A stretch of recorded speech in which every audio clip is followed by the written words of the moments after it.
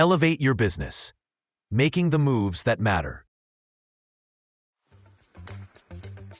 On today's Playbook, we're joined by Jonathan Arnold, a man who turned a troubled beginning into a thriving mortgage career.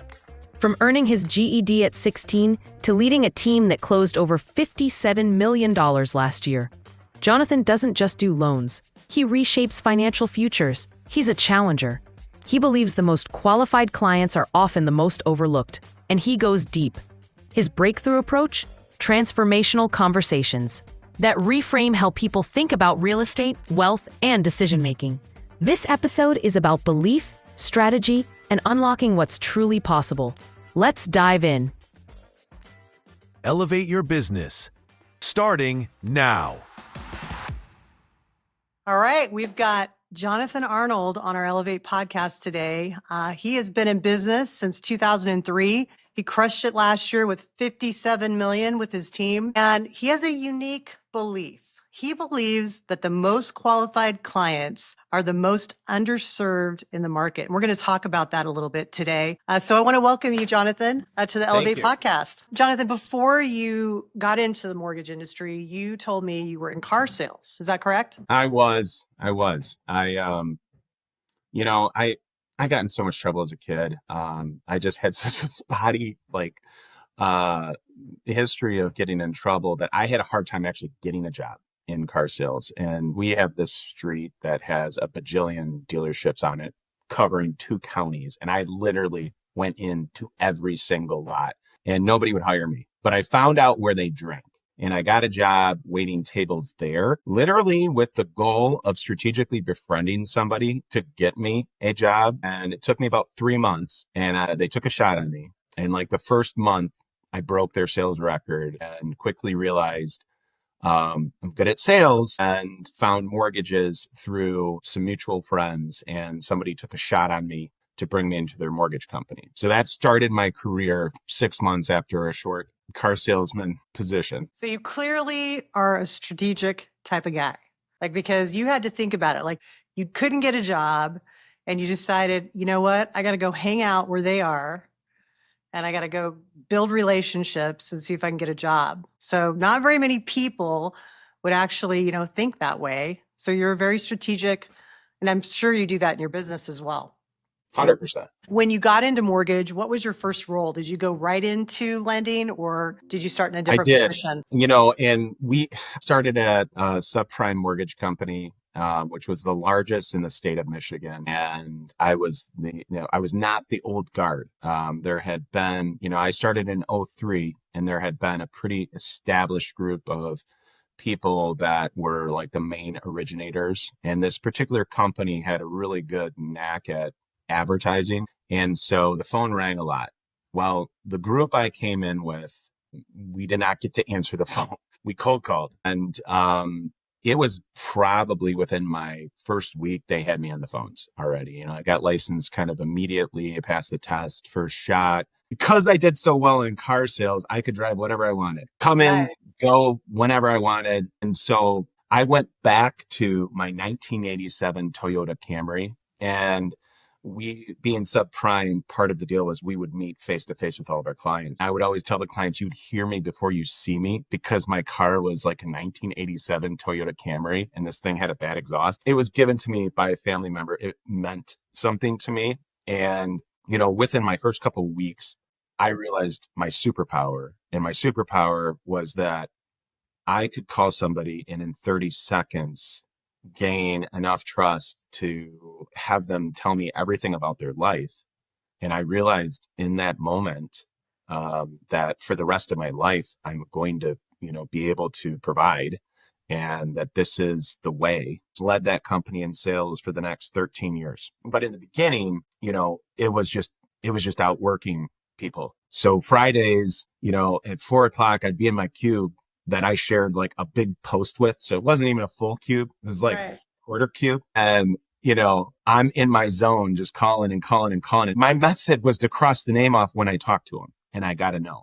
If I didn't get a no, they're not coming off my list. And I'm going to call morning, noon, and night and, realize, hey, in the mornings we get, fixed income borrowers, et cetera. And in the afternoons, I get people on their breaks. And then in the evenings, I can practically get everybody. And so 4 o'clock on a Friday, you stand up and you look around, this thing is, the lights are off. Nobody is there. And I'm cranking until 6:30, 7:30, 8:30, 9 o'clock. And the beauty of that is my perspective was that it's the best thing I get to do because they're not expecting my call. And I get to potentially unexpectedly change their life. I get to unexpectedly completely wipe out their debt and help them restructure and come up with a plan that puts them into a better position. Right. But that was the moment. Yeah. And I mean, clearly you were driven, right? You're strategic, you're driven. Where did that come from? I was the black sheep. So, I'd always been a very competitive person, but because of the amount of trouble I got in as a little guy, coaches didn't want me on their teams by 7th grade. But I was really good at sports. And so, I just kind of fell into the bad crowd and got in trouble. And it was a struggle. On the contrary, my oldest sister had a free ride, academic full ride through U of M law. My younger sister, U of M grad. And, here's John, getting his GED. Little Johnny getting his GED when he was 16 years old. So I was taking a completely different path and I was motivated to become financially independent. And I had my first child really young. And so I was hustling to provide. And I had kind of gotten all the crazy out in my early years and was focused on becoming successful. So did you surprise your family? I've got a mom, a bio dad, and a stepdad. And despite all of my drive to get in trouble as a kid, these guys believed in me. They really did. They've always believed in me. And so the rub was that I didn't really figure out what my identity was until I was, an adult, and in my late teens, early 20s. And so it was a function of me deciding to believe in myself and to go after it kind of thing that really was a game changer. Yeah, that is a game changer. I think a lot of kids, struggle. It's the behavior that gets us in trouble that kind of destroys the self-esteem, but having a supportive family who, believes in you and the grit that you had, and you probably built some pretty strong armor around all the things that happened when you were growing up, Well, I'll tell you what. I mean, I was probably the youngest kid, if not the youngest kid in the country that was prescribed Ritalin. So I was 3.5, almost 4 years old when I was prescribed Ritalin, which is just wild. They would not do that today. My parents didn't know what to do with little Johnny, and so every single day since I can remember, I was in trouble as a kid. And I think that what happens with a lot of these kids that, don't have an outlet is they get labeled as troublemakers. And I think that the real deep problem with that is that they label themselves as a troublemaker and it gets buried. It's a wound and they carry it and they don't get beyond it. And it is in their heart and they don't even know it. And so, when I talk to parents, when I'm communicating with kids and whatnot, you can see it. It's like, it's usually the circumstances where you don't know why a kid's acting out. And honestly, they have no idea. And ultimately, a lot of times it's because there's this embedded belief that was instilled upon them because of all the people that said it. So it must be true. And then, you spend half your life trying to figure that out. I want to talk about your strategy because you're a strategy guy. I can identify with that because I'm the same way. I learned that when I was coaching basketball about being strategic. Tell me, what strategy is working for you today? It was kind of an evolution. For the longest time, the thing that just took me from 10 files a month to averaging 25 plus files a month was a team. And the model in that structure was not a burnt out assistant that was a revolving door, which is what it was prior to me switching things up. It was a high level salesperson assisting me and taking the weight off of themselves to go out and hunt and gather, and really being that stable 9 to 5, I can count on. If I put something together, they can bring it home. That changed the game for us. And then everything about what we did was smart and strategic. So we used to say the process, it was how we were manufacturing these deals. And on the front end, we tell the clients, hey, listen, we're going to actually truly do what we're saying we're going to do. And then, walk through the math with the clients, walk through the appraisal process and how it differs. I mean, like every little thing. And so we would say, hey, how we do business is why people want to do business with us. The philosophy that we were using started to change because our market got nutty over here. And when I mean nutty, I mean, multiple offers, 85% of our clients were in multiple offer situations. And so we started taking these things that we were doing and shifting the conversation with our clients because selfishly, I don't want my client to have to write 7 offers and crunch numbers because I will crunch the numbers to make sure they're making a good choice, And so we really start implanting the knowledge and the information to help them be a more competitive buyer and to give them a competitive edge. These are becoming very, very, very transformational conversations. I am breaking down this information that I feel is imperative to that client having an edge in making my job easier by being a savvier buyer. And so meanwhile, my wife, who's in pharmaceutical sales and works for the largest pharmaceutical company in the world, pharmaceutical reps are interfacing with some of the most sophisticated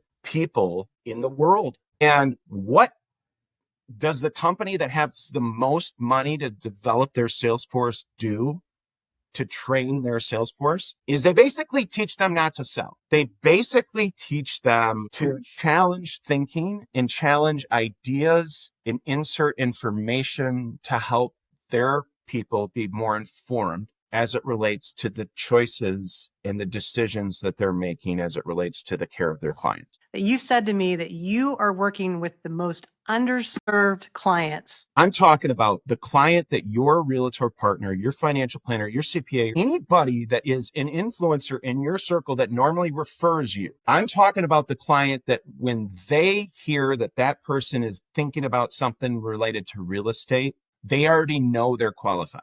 They already have a house. They already have the income. They already have the assets, and they know they assume they already have a well-established pre-existing relationship with multiple bankers. That client. That is the client that most loan officers are not fishing for. It is the basis of why I call this a blue ocean opportunity, because you've got an ocean of clients and nobody is having these conversations with their partners to show them what ailments those clients are suffering from and how you have the medicine to change the trajectories of those clients' lives and literally alter the course of where their future is headed. There is a book called Blue Ocean. It's I about love that that you're fact strategy. checking me right now. Yeah, no, well, I was just checking because I was like, I wonder, what is that blue ocean he was talking about? But it is a strategy to go after the clients that most people don't go after, where there's opportunity. And that's the interesting part in our industry, because you're right. I think most loan officers don't feel that is an opportunity because a lot of times we put out there that these are the people that are going to shop us the most, right? These are the people that have private bankers, like you just said. These seem like the hardest client to get in the boat. When did this shift happen? And when did you decide to go after these clients? It was during COVID. It was in the heat of the wildness here that I started putting words to what we were doing. And I started an elevator speech that was essentially, hey, what do you do? Well, I'm an insurance guy. Hey, I'm an attorney, or whatever the case. Hey, I'm a mortgage guy, and I solve your most highly qualified clients' problems that they don't even know that they have. The results of that is that your client in a multiple offer situation has confidence in structuring the most strategic offer possible. And oh, by the way, not only does their mind shift as it relates to these things, their attitude shifts. No longer are they timid, they're excited. No longer are they wishy-washy, They're confident. No longer are they indecisive. Their guns are loaded and they are ready to pull the trigger. It is life-changing. And so, this process starts with these challenger questions. Okay. And the beauty of the deal is that in the course of the conversation with our partners, you can show what you do with the client. And all we're doing with the clients, all we're trying to say is that, we want to be able to brag that our clients are fundamentally making more informed choices than our competition's clients. If the information touches the decision-making process, we are going to insist that we break down the information with their permission. And I will tell you, in our initial conversation, the whole point of this is to trigger objections. Well, why do you want to know how much is in my 401k? I'm not touching it. That's okay. We fancy our clients more informed than our competitions. So with your permission, I just want to break down the understanding of the 401k and how it could apply to the process. Whether or not you use it or not doesn't matter to me. I just want to be able to know that you know everything that could inform your decision. And so can I just break this down real quick? It'll take 2 seconds. I've never had somebody say no, but I do know that 80% of the people that I break down the difference between a withdrawal and a loan in which they're paying interest back to themselves, not the bank, the pros and the cons, how it's pre-tax money going in and it's post-tax money that they repay themselves. There's a little double taxation, and how if they change the employer and the new employer doesn't allow them to roll over the loan, they might have to pay that thing back and it might be penalized. And that penalty is 10%. 80% of those know, what does it matter? I'm not going to touch it anyways. After they understand that, it's fair game to potentially use it. It's fair game to potentially use it as an appraisal gap or a guarantee that folds into the other strategies that we're using. So as we're explaining this to our partners, we get to demonstrate what we do with the client. And that's the beauty of it. So you just have to embody the process and be able to teach it to your partners, which you're teaching them. And that's the beauty of it. All of my recommendations are based on math as it relates to the circumstances. Circumstantially, one of the biggest moving parts is the house you find and the condition that it's in and the market conditions that are surrounding it.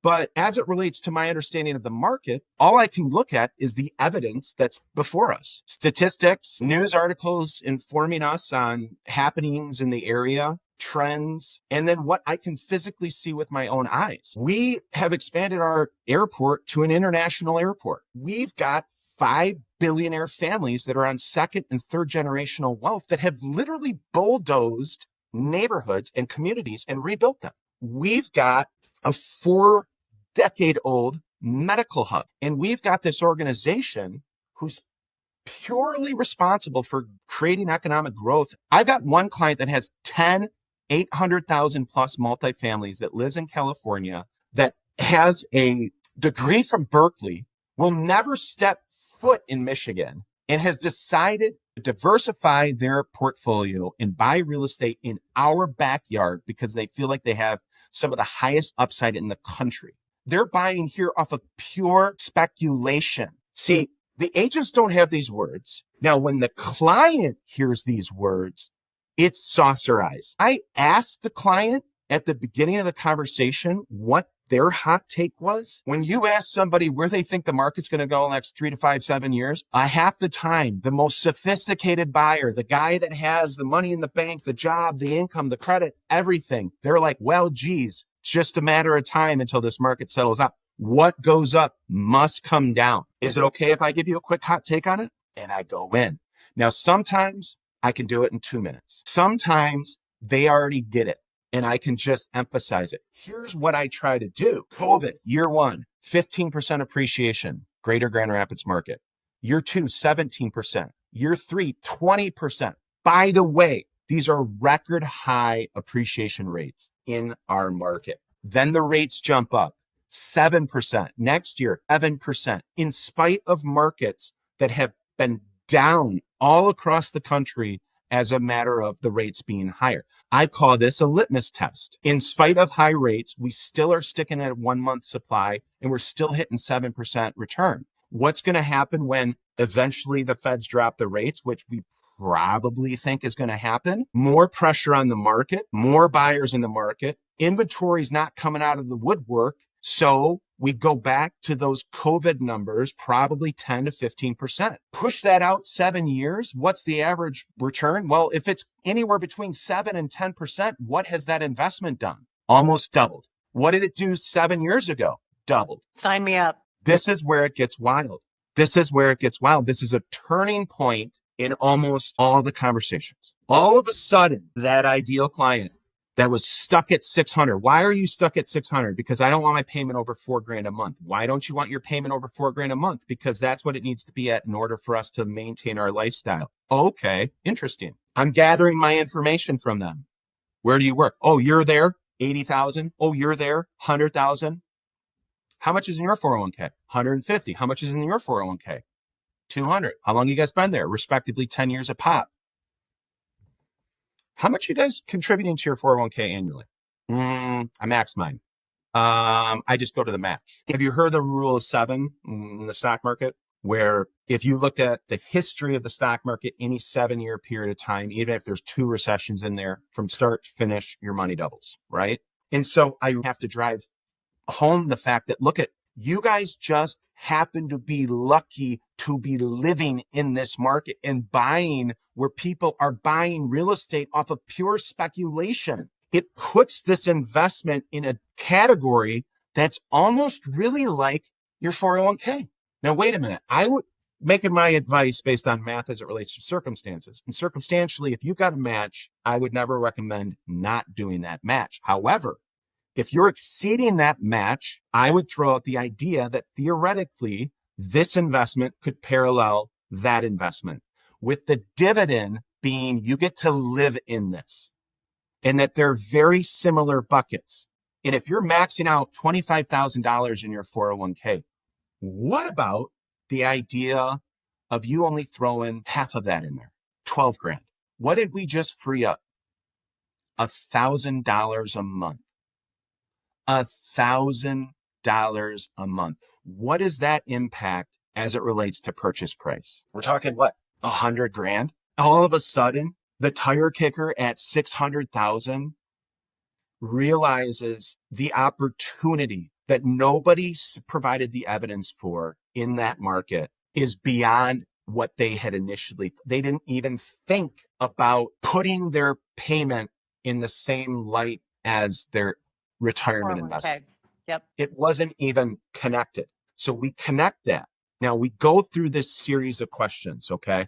Hot take on the market is the biggest thing. My advice varies on different markets. So if they're in a flat market, I say it's a flat market because I'm building in trust because it's a part of my deal. Because if I did my job right at the end of the conversation, every single freaking time, I'm getting, well, what do you think I should do, John? Every single time. But these are the hot questions, the challenger questions, as I will. Hot take on market. The next thing I prompt them on, I know you've been window shopping. What do you think is the most you need to spend? And what's the minimum? I'm always interested to know what their gut hot take is on that. And then how much were you planning on putting down? I ask these super broad questions. I'm hoping to hear 20%. I'm hoping, because then I can circle back to it as I coach on our mindset as it relates to loan structure. So it's a challenger question. I ask how much you put down. You say 20%. I ask why. They say to avoid PMI. I ask, do you understand how PMI is calculated and how it goes away and how much it is? And they say, no, it doesn't matter. I'm not going to pay it. And I say, I just like to brag that my clients are more informed than my competitions. Is it cool if I break this down? Which I might have already said. And they're like, yeah, of course. And then I go on to explain how it's calculated, how much it is, and how it can go away, and how we coach a flexible mindset, meaning what you find determines how you structure. And this is where I get to have fun and tell the same stale joke. If you find the Brady Bunch house that you could lose a small child in the shag carpeting of the basement of, then generally speaking, it's probably going to be on the lower end of your budget. So our strategy is to encourage you to put the least amount of money down and the most amount of money into the property. Now, this is the same conversation you can have with your agent, literally telling them about this challenger question. And this is where you can drop a bomb on them. Again, All of my advice is based on math as it relates to your circumstances, right? Right. So theoretically, if you buy the Brady Bunch house, you're buying it at the lowest you possibly could buy it for in the market because none of the improvements have been done to that property, right? Yeah. Well, it's important for you to understand that when a property exchanges hands, those taxes are uncapped. I want you to go in eyes wide open and not miss any of this and not get caught off guard next July when that tax bill comes up. So just know this, as is taxes are going to almost increase every single time on every single property that you look at. I'll always be able to project what that increase is going to look like on a worst case scenario for you. However, if you buy the Brady Bunch house, theoretically, you're locking yourself in to the lowest tax rate for the life of your ownership. If you, after the fact, take that 15% that you were planning on putting down and putting it into the property, you're doing the stuff that, had it been done to the house, you know it would have been worth more than the cost of the stuff that you need to do, right? So you're doing smart improvements and you're increasing the value of it. As soon as you're done with that, you can petition us or one of our servicers to release the PMI by getting an appraisal or a broker price opinion. If the value compared to your loan amount is 78% or better, your PMI goes away. Here's the kicker. You, at that point, potentially have a better than new build house because you have mature trees. You've got the perfect location.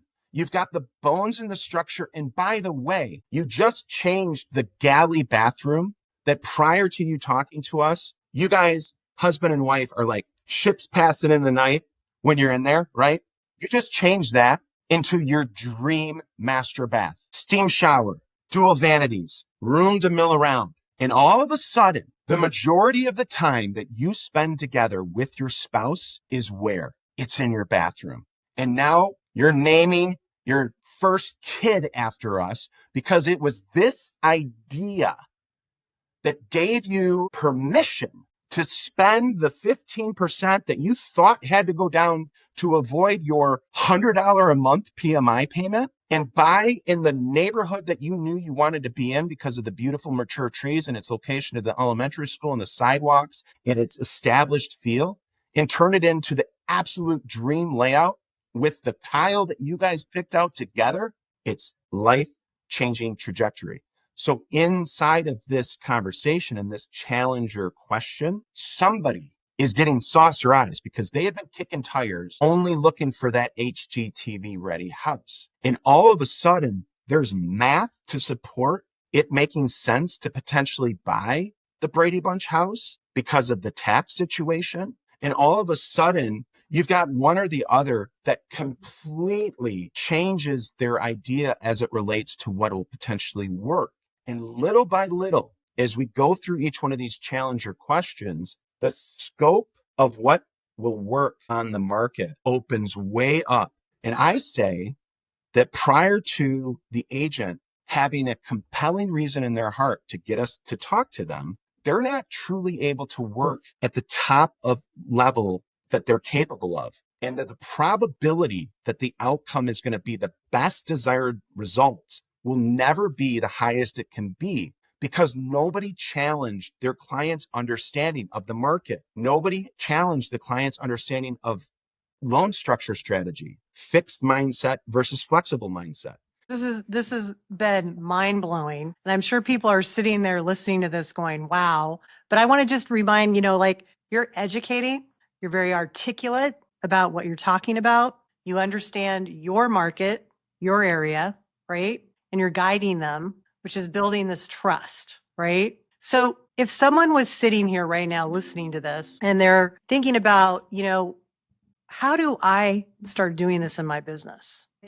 Jonathan, what are some of the steps if someone's not, because you're going in deep, you know your market, you understand what's going on, you're very involved with your community, right? Because that's where like when you talk about the permits, the building, what does a loan officer do?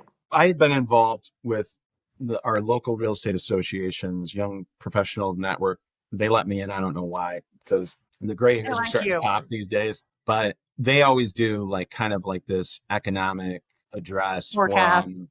forum. There's a couple local publications. If your community has local business publications, they are so valuable. If you're not just soaking up that information. Take the time to call a huge commercial developer and talk to their PR people and talk about the projects that they've done and the projects that they're doing and their outlook. Get their hot take. Local business publications, most decent sized markets and communities have those. They talk about the development, they talk about the production, etc. I did a ton of chat GPT prompts on, hey, from the scope of an economist, please break down since the 90s, the trajectory of the greater Grand Rapids market as it relates to real estate, manufacturing, blah, blah, blah, blah. And you can just start getting data. Now, granted, some of it, it's a little skewed. Our local real estate association has the real estate statistics that we trust. So usually if I'm talking statistics, I'm going there.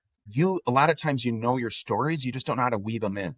When I talk about those billionaire families, I weave in a story about President Ford, who was from Grand Rapids, who wanted to have a presidential parade in downtown Grand Rapids. And the Secret Service told him, no, you can't do that because there's too many abandoned buildings. And two billionaires, Rick DeVos and Van Andel, that own Amway and, a ton of hotel chains, were like, never again. And they decided to go after building out the city of Grand Rapids and investing their own money into it to make their future generations have a more comfortable city that they can be proud of and live in.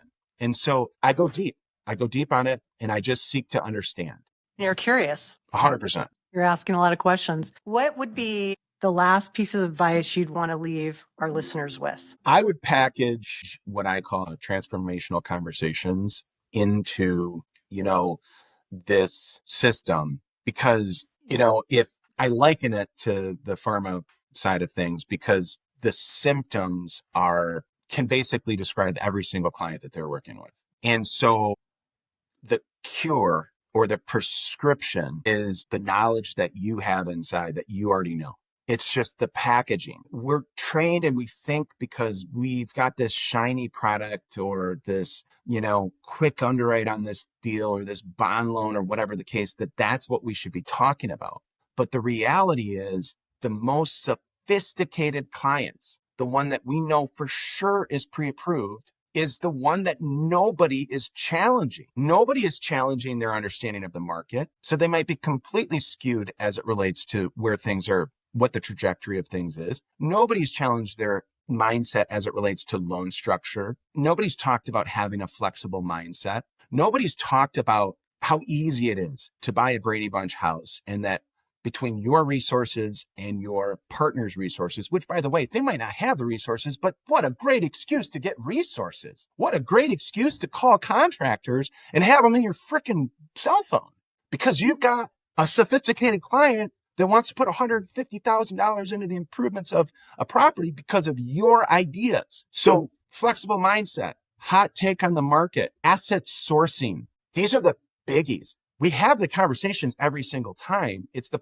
packaging of it, and it's the delivery of triggering that objection and then saying, hey, this is what I'm doing. This is why I'm explaining this stuff. Is that okay? You got a salesperson that's asking you if it's okay if you go through a detailed explanation of making sure that they can make an informed decision. Who the heck doesn't want that, right? And so, at the end of the day, it's your ability to challenge. And sometimes these are uncomfortable conversations. That's the beauty of talking about this with your client, with your partners. It's like, dude, I'm willing to have tough conversations because it changes people's lives. All of a sudden, your client's going to be their kids go to a different school, man.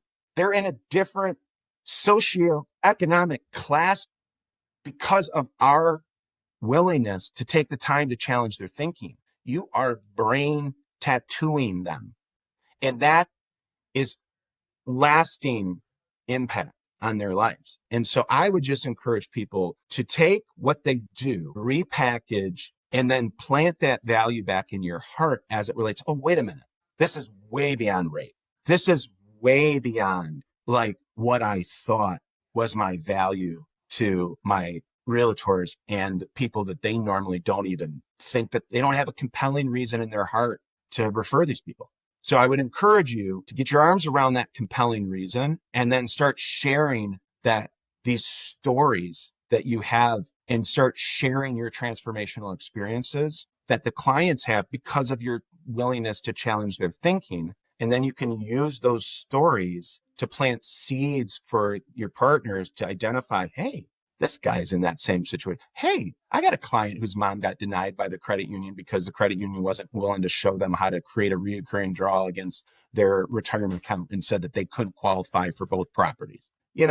These kind of things. I think what's interesting is you've come full circle. You said you were a challenging child, right? And now you're challenging your clients and you're educating them and you're articulating things to build that trust. So I can completely understand why you're crushing it in your market. So I just want to say, Jonathan, thank you so much for taking time today to share that with everyone. Because if everyone would listen and hear what you just said, repackage your story, right? Have a strategy when you go in and talk to your clients and your real estate agents to build that trust. And you're helping them see things that they never even thought possible, right?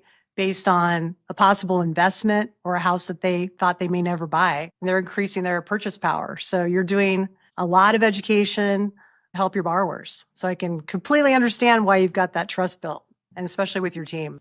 Appreciate you. Thanks for listening to Elevate Your Business, a podcast from Elevate, the internal coaching program at Gill Mortgage.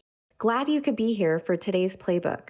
If you want to check us out, head over to gillmortgage.com and click About Us to find Elevate Coaching. Have a question or want to keep the play going? Visit us and send a DM on Instagram at Elevate Mortgage Coaching, or leave a comment for us on YouTube. We're posting extra content, behind-the-scenes action, and everything you need to stay in the mortgage game.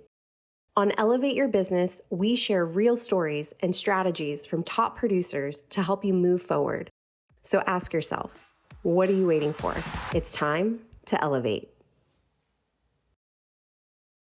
Guild Mortgage Company, NMLS identification number 3274, NMLSconsumeraccess.org, Equal Housing Opportunity, Equal Opportunity Employer, Arizona Banking License number 0018883.